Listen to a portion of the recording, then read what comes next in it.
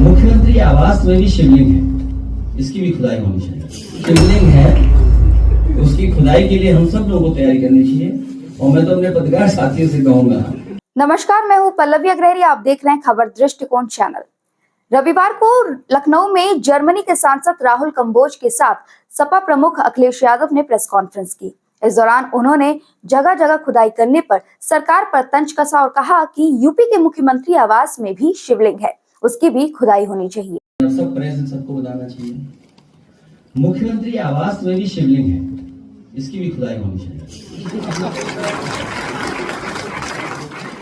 सच में हमारा मानना है, हमारा भरोसा है कि वहां पर एक शिवलिंग है, उसकी खुदाई के लिए हम सब लोगों को तैयारी करनी चाहिए।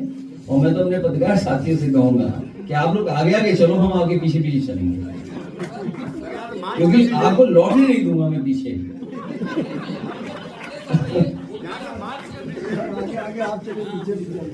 तो ये जो सवाल है, इतना ही नहीं, उन्होंने राजभवन में बिना नक्शा पास कराए अवैध निर्माण कराने का भी गंभीर आरोप लगाया है। दरअसल यूपी के संभल में खुदाई में मंदिर और मूर्तियां मिल रही है। इस मुद्दे को लेकर अखिलेश यादव ने कहा कि सरकार जानबूझकर ध्यान भटकाने के लिए नए नए तरीके अपना रही है और जगह जगह खुदाई करवा रही है। इसके अलावा प्रेस कॉन्फ्रेंस में अखिलेश यादव ने ईवीएम और कुंभ की तैयारियों पर भी सवाल उठाए। अखिलेश यादव ने सीएम द्वारा अमित शाह, जेपी नड्डा और राजनाथ सिंह को महाकुंभ में आने का न्योता देने पर कहा कि कुंभ में लोग खुद आते हैं, निमंत्रण नहीं दिया जाता। अखिलेश यादव ने कहा कि हमने कुंभ पर सवाल उठाए तो सरकार रियलिटी टेस्ट करवाने लगी है। ज्यादा ब्रिजेस बनने उसमें, तो आप सोचिए 13 दिन या 14-15 दिन में कैसे ब्रिजेस बन जाएंगे। कुंभ में निमंत्रण नहीं दिया जाता है, कुंभ में अपने आप लोग आते हैं, आस्था से आते हैं। जो व्यवस्था हम लोगों को दिखाई दे रही है, और आप भी बेहतर जानते हैं कुछ चीजों को लेकर के। जब मैंने सवाल ये उठाया कि बिजली का काम अधूरा है और ब्रिज का काम जो होना चाहिए था, पेंटोन ब्रिजेस का, वो काम अधूरा है। कई महीनों की तैयारी के बाद कुछ ही बन पाए थे ब्रिजेस, और 20 से ज्यादा ब्रिजेस बनने उसमें। तो आप सोचिए 13 दिन या 14-15 दिन में कैसे ब्रिजेस बन जाएंगे। तो एज ए विपक्ष की पार्टी हमारी जिम्मेदारी बनती है सरकार को समय समय पर कटघरे में खड़ा करने के लिए। अब देखिए सरकार कितनी समझदार है, कितनी होशियार है।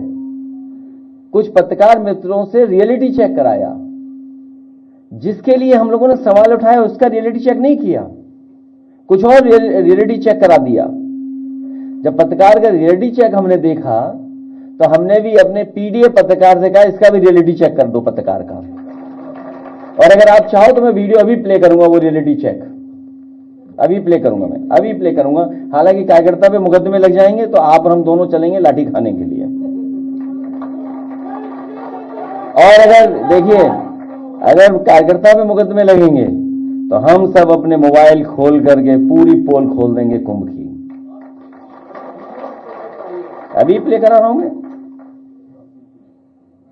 तो इसलिए हम कुंभ में, मुझे याद है जब समाजवादी सरकार में कुंभ हुआ था, उस समय जब समाजवादी सरकार का कुंभ था, उस समय प्रमुख सचिव से लेकर के और जो मंत्री लोग थे, आदरणीय अहमद हसन साहब थे, आदरणीय मोहम्मद आजम खान साहब थे, हम लोग थे, पूरी तैयारी अच्छी कराई थी, फंड भी कम थे। और उस समय जो हार्वर्ड ने स्टडी की थी, मैं तो अपने पत्रकार साथी से कहूंगा कि वो किताब मैं जरूर आपको दूंगा, जो किताब में स्टडी हुई थी और कितना अच्छा उस समय आयोजन के बारे में कहा गया था। मैं थोड़ा वक्त ले रहा था इसलिए कि वीडियो ढूंढ लिया। वो आजकल व्यवस्था है ना कि जो उड़ जाता है, मैंने वीडियो ढूंढ लिया रियलिटी चेक का। अब मैं कहूंगा आशीष जरा प्ले करना है रियलिटी चेक का। हमने अपने पत्रकार से भी रियलिटी चेक करा दिया, पत्रकार का रियलिटी चेक। इसलिए मैं उम्मीद करता हूं हमारे पत्रकार साथी हमारा सहयोग करना, क्योंकि अगर जर्मनी जाना है तो सच्चा पत्रकार बनना पड़ेगा। नहीं, सच्चा पत्रकार, परीक्षा नहीं है कोई। और ये कुंभ का सवाल तो है ही, तैयारी का सवाल। और मैं आपको बता दूं, कुंभ में निमंत्रण नहीं दिया जाता है। कुंभ में अपने आप लोग आते हैं, आस्था से आते हैं। हालांकि मैं किसी के बारे में कुछ कहना नहीं चाहता हूं। जो हम लोगों ने अपने धर्म के बारे में सीखा, समझा और पढ़ा है वो यही है कि ऐसे आयोजनों में लोग स्वयं आते हैं। जो वहां करोड़ों लोग आएंगे, क्या उनको निमंत्रण दिया जाता है? वो अपने आप आते हैं।